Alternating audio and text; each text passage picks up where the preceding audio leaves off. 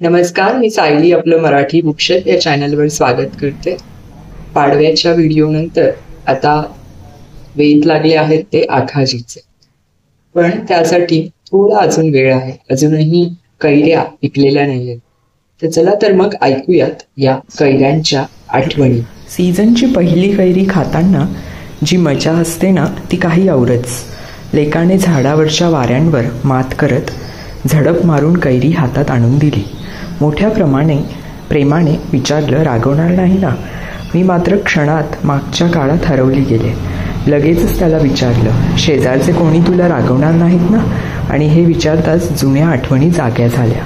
लहानपणी आम्हीही झाडावर चढून कैऱ्या तोडायचो आणि मग मनात यायचं, शेजारची आजी, बागेचा मालक किंवा झाडाची मालकीन रागवणार तर नाही ना? पण विचारायलाच नको. झाडावर लटकणाऱ्या कैऱ्या दिसल्या की हे सगळे विचार पळून जायचे.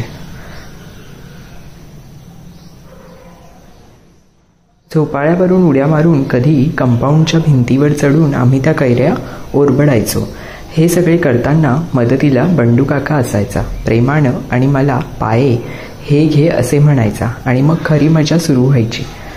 त्या कैऱ्या धुवून एका मोठ्या स्टीलच्या डब्यात तिखट, मीठ आणि थोडासा मसाला टाकून हलवायचो.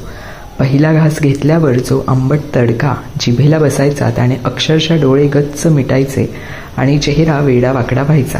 पण तरीही पुन्हा एक फोड उचलायला हात थांबतच नसे. आज लेकाचं खोडकरपण पाहून हसायला येतंय. त्याच्या डोळ्यातही तीच चमक आहे जी कधी आमच्या डोळ्यात असायची. आता पिढ्या बदलल्या, पण कैरीच्या आंबट चवीतली मजा आणि ती खाण्याच्या आठवणी तशाच ताज्या आहेत.